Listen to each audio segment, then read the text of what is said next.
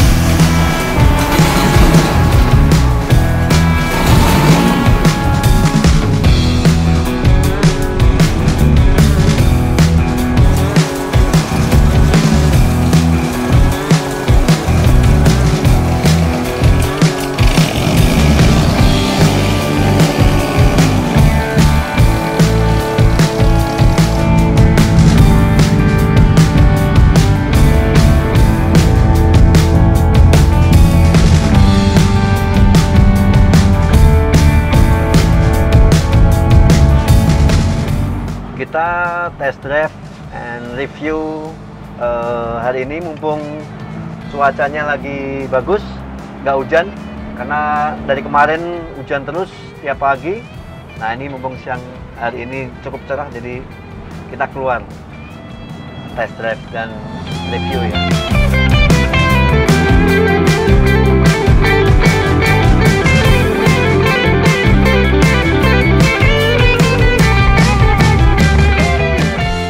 Oke, selama ini gigi 1, 2, 3, 4 normal sih, nggak ada masalah di gearbox. Juga mesin tenaganya cukup bagus. Nah, ini kita coba jalanan turun, coba remnya juga bagus karena ini pakai booster. Depan disc brake, jadi cukup dihentak sedikit aja dia udah ngerem.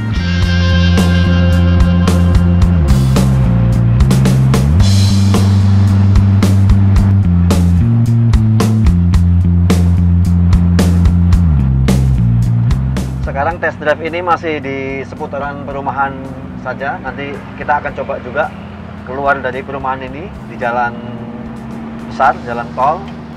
Nah, kita akan ngetes juga kemampuan dari speednya sampai seberapa kencang mobil ini.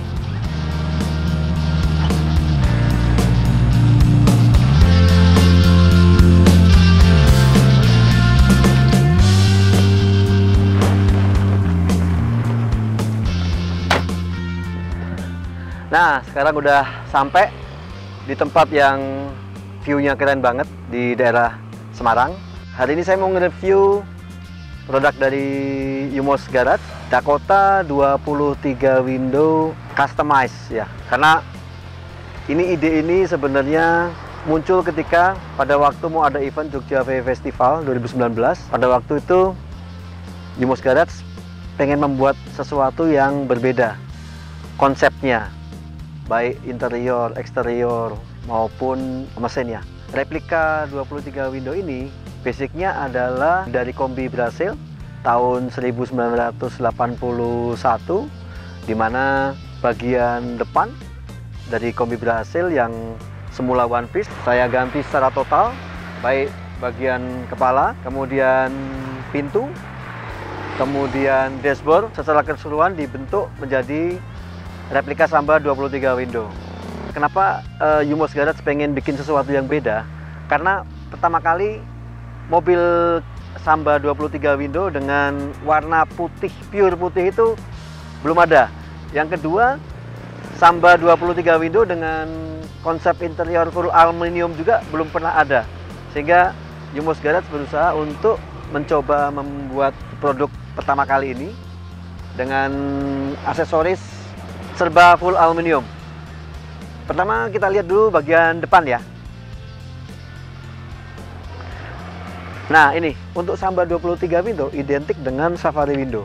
Safari window ini saya buat juga dari bahan aluminium. Kemudian sisi kanan kiri ya, dia fungsinya untuk ventilasi angin. Ketika kita berkendara, ini bisa dibuka naik turun seperti ini. Jadi nggak usah pakai AC sebenarnya, cukup dibuka aja udah dingin. Asal nggak pas panas, kalau panas ya tetap hawa panasnya masuk. Tapi AC kalau kita naik mobil ini pas sore-sore ataupun pagi, dengan kaca ini dibuka, waduh, nyaman banget. Satu lagi ini namanya Cyclop. Cyclop ini kita bikin dari aluminium juga. Cyclop ini sebenarnya optional, tambahan, bukan original dari 23 window Samba, tapi dia optional. Nah, ini kita bikin full aluminium untuk casing dalamnya, kemudian luarnya juga kita customize sehingga mirip dengan original dari Cyclop yang ada di luar. Terus satu lagi kita juga untuk headlamp kita menggunakan jaring-jaring seperti ini. Ini juga terbuat dari aluminium. Di sisi lain adalah trimming Samba. Trimming Samba ini untuk pembatas dari bagian bodi atas sama ke bawah, dia harus ada trimming Sambanya. Fungsinya juga untuk pembatas warna juga ya. Karena ini warnanya one color, putih semua, jadi di sini fungsinya selain sebagai pembatas juga tampilannya lebih kelihatan cantik kalau ada trimming Sambanya. Satu lagi di bumper. Saya ingin menerapkan mobil ini sebenarnya konsepnya adalah chrome on white, di mana bodinya adalah putih, kemudian dikombinasikan dengan serba chrome. Makanya untuk bumper kita juga menggunakan bumper ini yang tahun 56. Jadi namanya rib bumper. Bumper untuk VW Dakota ini ada berbagai macam. Yang tahun 56 dia menggunakan rib bumper. Kemudian ada juga yang versi American style, di mana American ada tanduk kanan kiri, kemudian ada pipanya juga, itu namanya American style. Yang ketiga adalah slash bumper. Tapi saya ingin mencoba sesuatu yang berbeda, di mana ini saya pakai menggunakan rib bumper. Variasi lain adalah, nah ini unik ini. Spion ini banyak sekali dipakai di VW di California. Ini namanya tracking mirror. Banyak diaplikasikan di California pada waktu itu karena mempunyai diameter yang besar. Kedua, biasanya kalau tracking mirror ini identik dengan suspensi yang narrow dan lowered. Selalu seperti itu. Makanya ini saya pakai karena saya juga mengaplikasikan untuk kaki-kaki ini juga lowered dan narrow. Jadi biar match ya antara variasi yang di luar dengan di kaki-kaki. Satu lagi yang variasi yang terbuat dari aluminium adalah ini. Ini adalah wind deflection, di mana kami membuat dari bahan aluminium, tapi kita bentuk secara customize bentuknya. Fungsinya adalah menahan ketika misalkan ada hujan ataupun angin, ragtop ini kebuka, jadi air nggak begitu masuk ke dalam ruangan di interiornya. Satu lagi adalah ini. Jadi ini adalah pop-off window. Pop-off window juga ini kami bikin dari aluminium. Normalnya kalau Samba itu ada 3, 1, 2, 3. Kami bikin 4 biji. 1, 2, 3, 4. Jadi seluruh kaca samping dia bisa kebuka dengan sistem lock di dalamnya. Di sini kita bikin engsel. Yang kaca pertama dia adalah membuka ke luar. Fungsinya adalah mengambil angin. Kemudian yang kedua, 3, 4 dia fungsinya membuang angin. Jadi ngebukanya kebalik. Ini yang kebuka ke depan, ini yang ke belakang semua. Yang nomor 2, 3, 4 ini ngebukanya ke belakang semua. Kemudian satu lagi yang terbuat dari aluminium adalah ini adalah air ventilation accessories sebenarnya.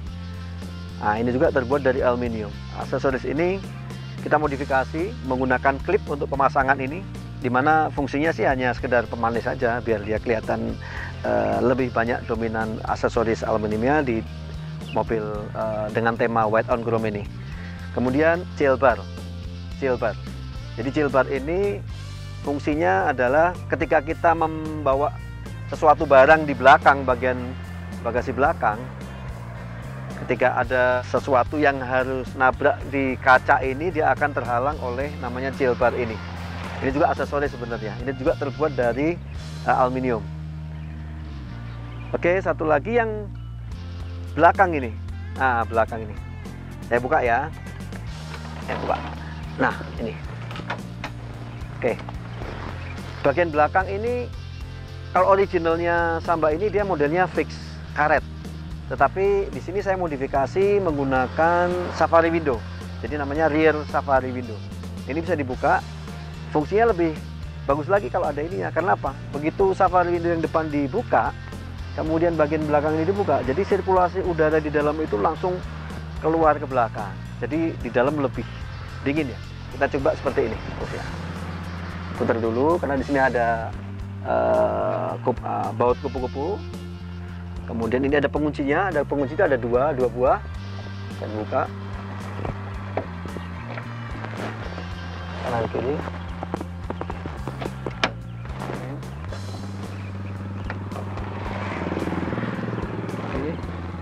Nah, ini dia. Ini harus ditutup dulu nih. Tutup dulu biar kelihatan dari belakang. Nah, kalau begini, iya.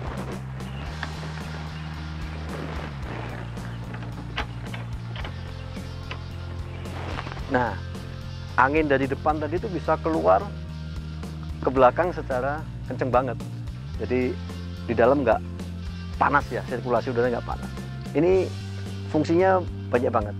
Tapi jarang orang mengaplikasikan karena memang yang bikin terbatas.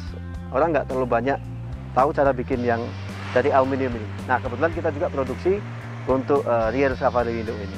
Kemudian satu lagi untuk lampu belakang. Lampu belakang model Dakota Samba 56 ini posisinya unik. Kalau tahun 56 dia posisinya sejajar dengan tempat plat nomor. Kalau ditarik garis lurus dia akan sejajar di sini. Setelah 56 dia posisinya lebih turun sekitar 3 cm ke bawah. Posisinya tidak sejajar dengan tempat plat nomor. Juga bagian belakang kita juga menggunakan bumper chrome sama dengan yang bagian depan tadi. Nah, tadi kita udah ngupas masalah eksterior ya. Nah, sekarang saya mau ngupas mengenai kaki-kaki. Kita lihat bagian velg dulu ya. Yuk ke depan, kita ke depan.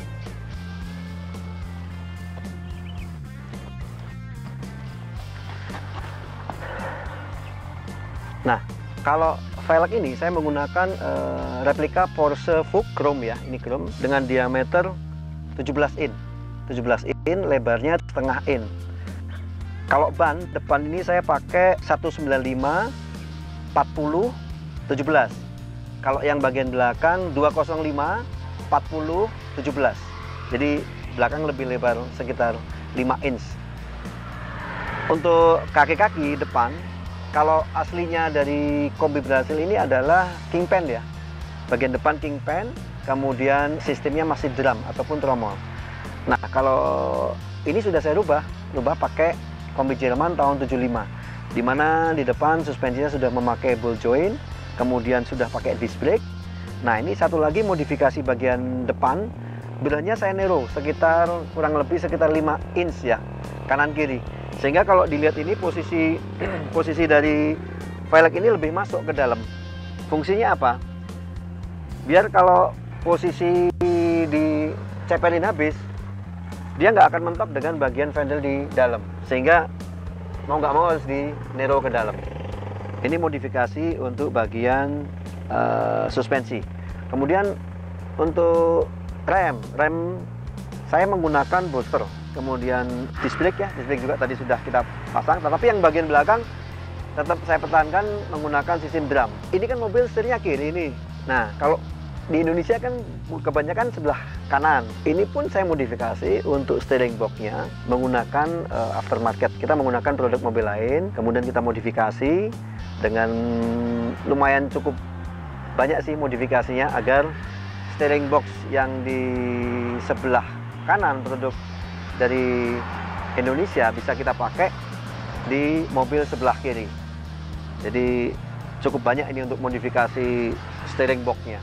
Mobil ini dilengkapi dengan air suspension 2 titik, di mana untuk bagian depan dan bagian di belakang itu dikendalikan oleh 2 tombol yang berbeda. Untuk tekanan udara normal ya, misalkan kita jalan, saya biasa menggunakan 60 PSI. Tapi kalau kita mau show habis berhenti kita habisin aja sampai 0, sehingga mobil bisa ceper seperti ini. Seperti yang saya bilang, kalau kita di Nero, ceper kita bisa masuk sampai seperti ini. Satu lagi nanti modifikasi di bagian dalam, di bawah jok itu harus ditinggikan sekitar 8 cm ya, biar posisi ban tidak mentok di bagian fender dalam. Oke, sekarang kita beralih ke mesin ya. Oke, kita lihat mesinnya yuk.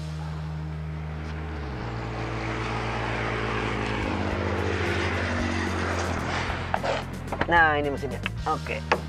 Nah, ini dia mesinnya. Mesin mobil ini cc-nya adalah 1776 cc. Untuk alternator kita menggunakan 12 volt sebesar 55 ampere. Karburator kita memakai Delorto ukuran 40. Kemudian untuk distributor kita menggunakan 009. Kemudian untuk sistem pasokan bensin kita menggunakan pompa bensin elektrik. Untuk knalpot kita juga rubah knalpotnya menggunakan produk Skate. Nah, kecuali ujung knalpot ini kita customize dengan menggunakan logo Yumos Garage untuk ujung tailpipe-nya di sini. Untuk pengamanan di mesin ini saya pasang di sini namanya engine cut off. Fungsinya ketika ada konslet ataupun bermasalah di bagian kabel, dengan satu tombol di sini semua aliran listrik di mobil akan terhenti. Juga di sini saya kasih lampu interior untuk mesin. Kalau ada pun perbaikan di malam hari ataupun ruangannya gelap, kita bisa hidupin dengan satu tombol seperti ini. Oke, sekarang kita beralih ke interior ya. Oke, yuk masuk ke interior.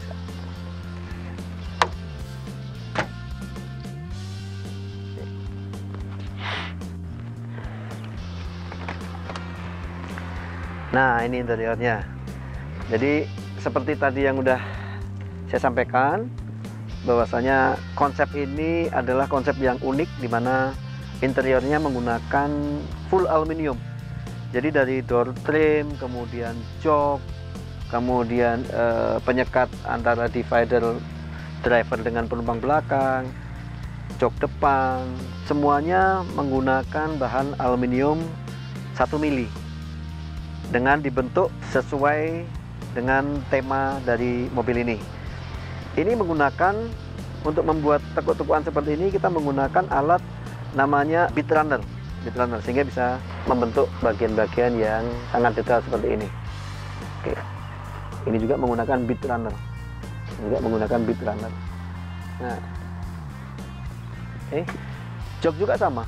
Jok juga semua aluminium dan menggunakan alat namanya bit runner untuk membentuk tekstur yang apa yang kita inginin ya. Modelnya seperti apapun bisa kita bikin. Kemudian tengah ini saya coba dikasih meja untuk aksesoris di situ, juga dengan tiang berbahan dari aluminium. Kemudian di bagian atapnya motif kayu yang senada dengan bagian floor. Nah, ini juga kita kasih motif kayu, warnanya sama, krem senada dengan warna-warna jok. Jadi dari plafon, kemudian cover jok semuanya, kemudian door trim ini saya aplikasikan warna krem sehingga match banget dengan warna putih yang di luar ya. Untuk aksesoris di bawah antara lantai dengan lock kunci tengah kita bikin dari aluminium. Lebih keren sih kalau adanya, kesannya lebih bersih ya. Ini atas juga sama, saya bikin dari aluminium untuk lock penguncinya. Oke, sekarang kita ke bagian depan.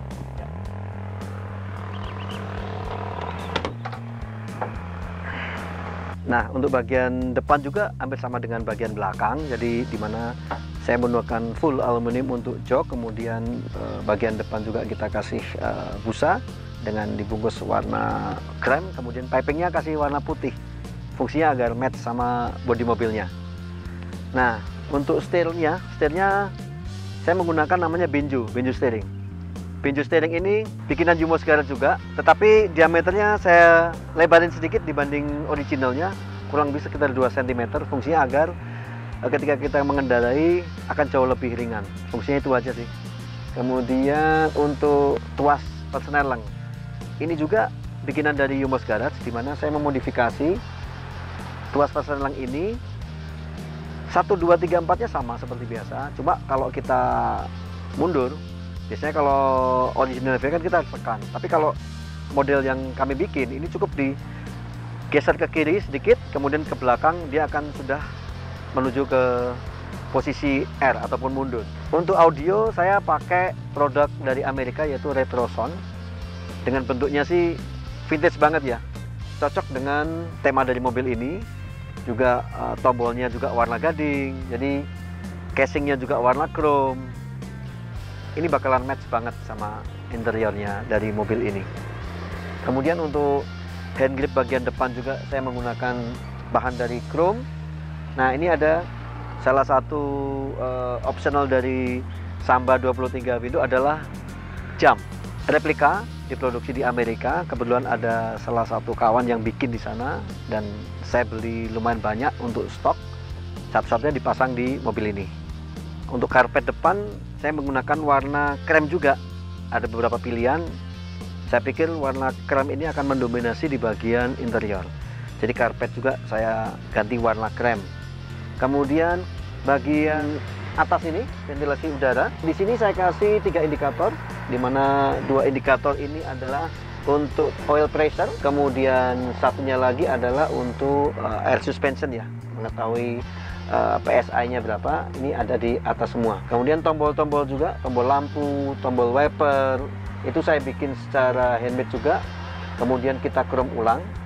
Kemudian di bawahnya tombol itu adalah tombol tekanan untuk air suspension. Ada 2 buah untuk bagian depan dan bagian belakang. Tombol air suspension ada di depan, tapi tabungnya saya taruh di belakang. Yuk kita lihat tabungnya.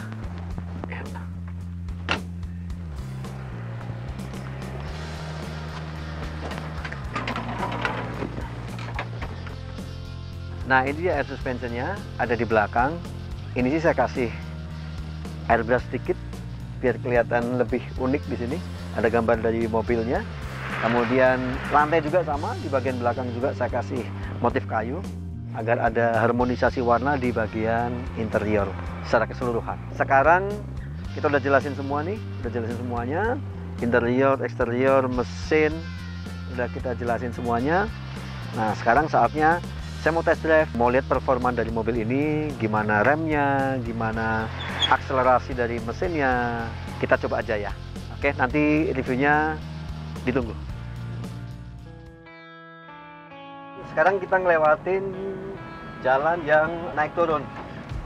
Posisi di depan, jalanan turun, kita nyobain remnya, seberapa kekuatan dari rem itu ya. Sebenarnya remnya udah pakai disc brake depannya, terus pakai booster. Jadi kalau kondisi turunan seperti ini sih dengan mudah melibas turunan ini ya. Nah, kita coba jalannya turun.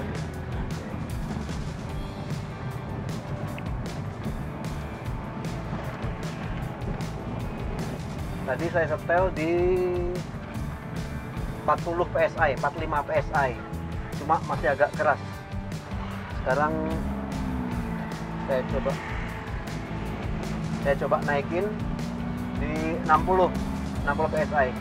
Karena masih terlalu keras, cepet, jadi naikannya agak adut-adutan gini. Saya naikin ke 60. Harus dihidupin dulu kompresor. Kompresornya harus dihidupin dulu ya. Oke, sampai jalan saya naikin di 60 sekarang. 60 PSI. Depan belakang sama 60. Ini 60 ya. Depan dulu. Oke. Lalu belakang. Oke, sekarang udah di 60. Lebih sedikit soft dibanding tadi di 45 ya. Sekarang sudah lebih soft. Oh, dia kan agak adut-adutan begini. Sekarang udah mulai enak.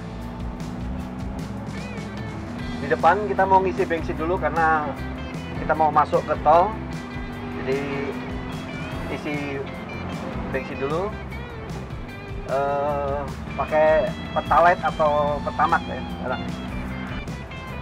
Kita isi Pertamax sekarang. Kita lihat Pertamax. Kita isi Pertamax karena posisi tutup bensinnya di sebelah kanan, saya berhenti di sebelah kiri dari pom bensin.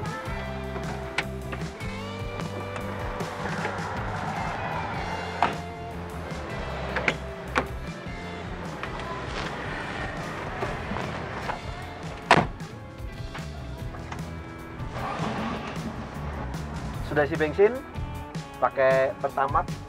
Oke, sekarang kita lanjut lagi. Handrem dilepas, kita jalan ya. Bismillah.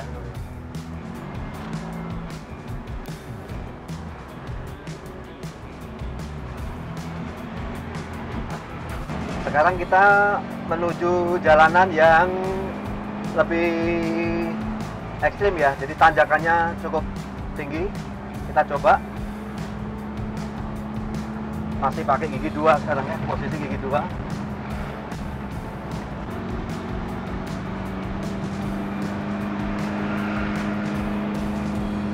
Gigi 2, terus masih tanjakan cukup ekstrim, tapi dengan gigi 2 udah cukup.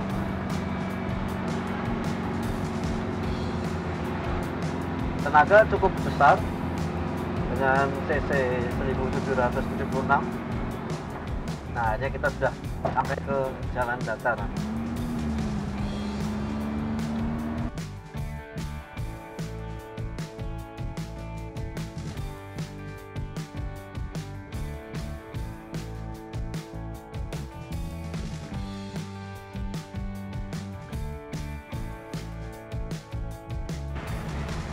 Kita mau menuju ke jalur tol, cuma di depan macet jalannya. Jadi pelan-pelan kita melewati jalannya agak kecil.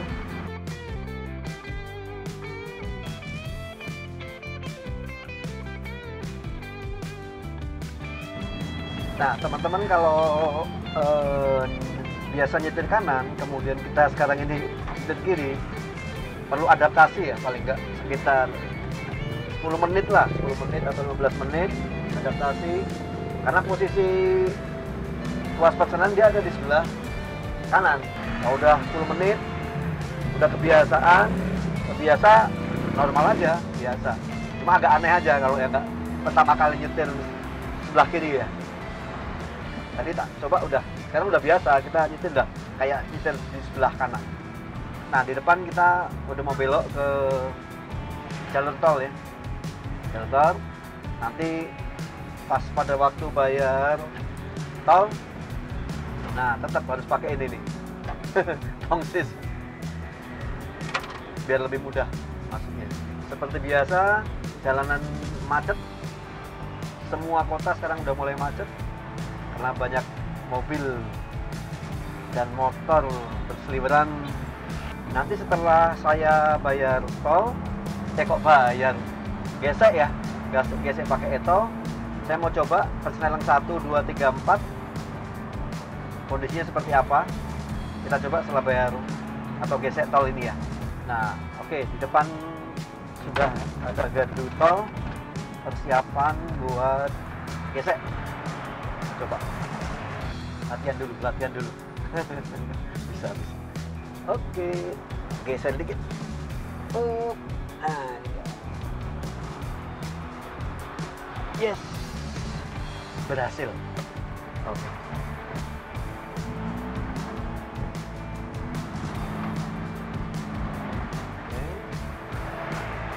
Oke, sekarang kita coba gigi 1, 2, 3, 4 mulai ya. Oke, belakang kosong.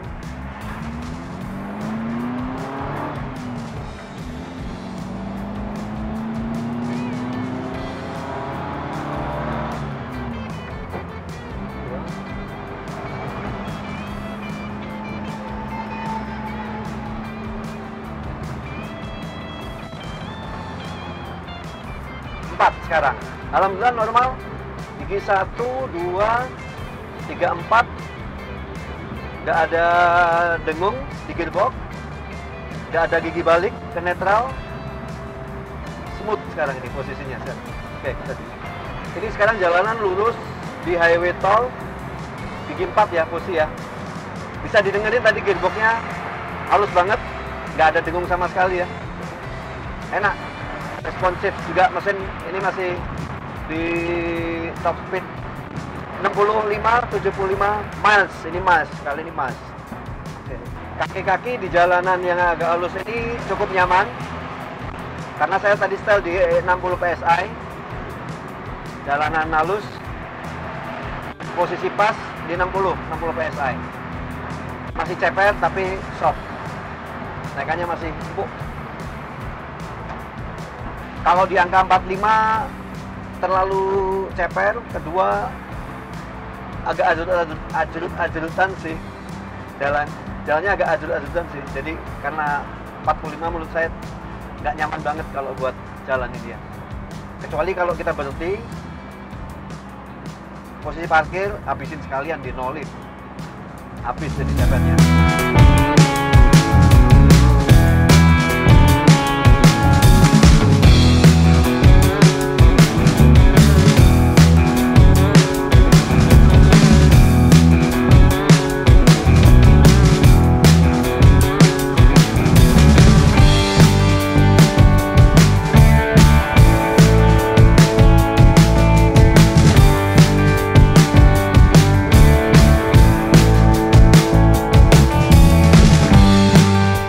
Oke teman-teman, sekarang kita keluar jalan tol. Kita mau menuju ke kota ya. Tadi perjalanan kurang lebih sekitar 40 sampai 50 kilo ya. Perjalanan dari bengkel, kemudian ke perumahan, ke kota, masuk tol, kurang lebih sekitar 50 kilo. Nah sekarang kita posisi keluar dari jalur tol.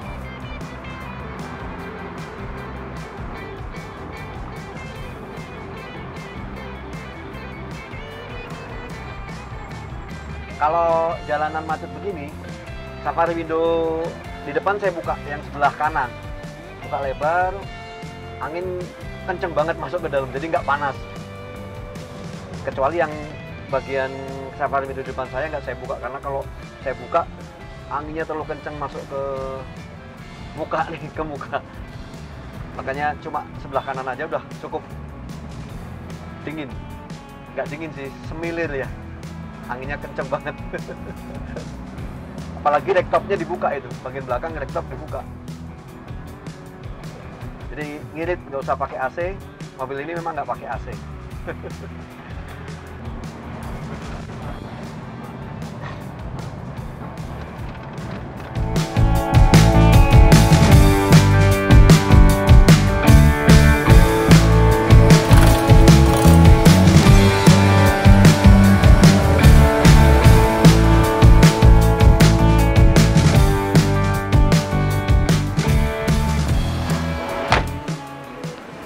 Nah, tadi kita udah test drive kurang sekitar 1 jam keliling, dari kita lewat jalan tol, jalan tanjakan, kemudian jalan kecil, jalan lebar udah kita lewatin. Nah, memang kalau yang nggak biasa pegang setir kiri, memang harus adaptasi, kurang lebih sekitar 15 menit kali ya untuk adaptasi, karena posisi tuas first lane lagi ada di sebelah kanan. Kalau udah 15 menit sih udah biasa. Jadi alhamdulillah hasilnya cukup bagus. Dan jangan lupa like, subscribe, dan bagikan video ini agar semua orang tahu bahwasanya Yumos Garage bisa membuat replika